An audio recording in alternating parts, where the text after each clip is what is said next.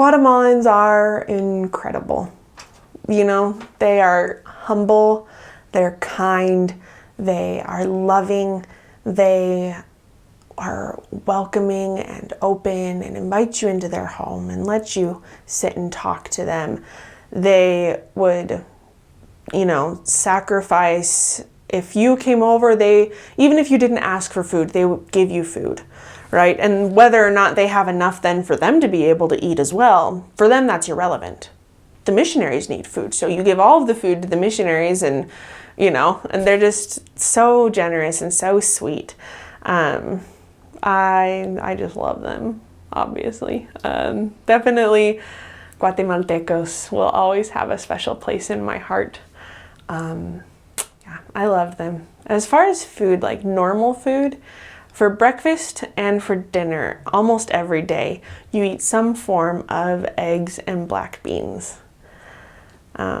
Yeah, and corn tortillas or bread, which, oh, it's so good. That was my favorite thing. Like my ideal Guatemalan food plate is scrambled eggs with black beans. And they either they'll mix them up in a blender with some water so it's like a runnier thing, or they like fry them up so it's thicker black beans, or they just give you like the whole bean, or however. Like honestly, I love them in all of their forms. But so yeah, always eggs and black beans, and then a chunk of like fresh cheese or that really strong like powdery cheese. I think it's cotija cheese, but I'm not totally sure. But yeah, and just like some form of cheese, and then they do crema, which is not sour cream, but it's not cream. It's like it's different. I don't know why. It is different.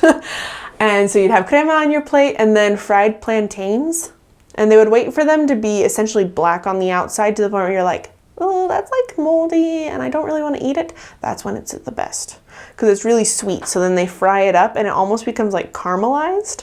And so then they put that on the plate too, and oh, it is so good. That is my favorite thing that they make.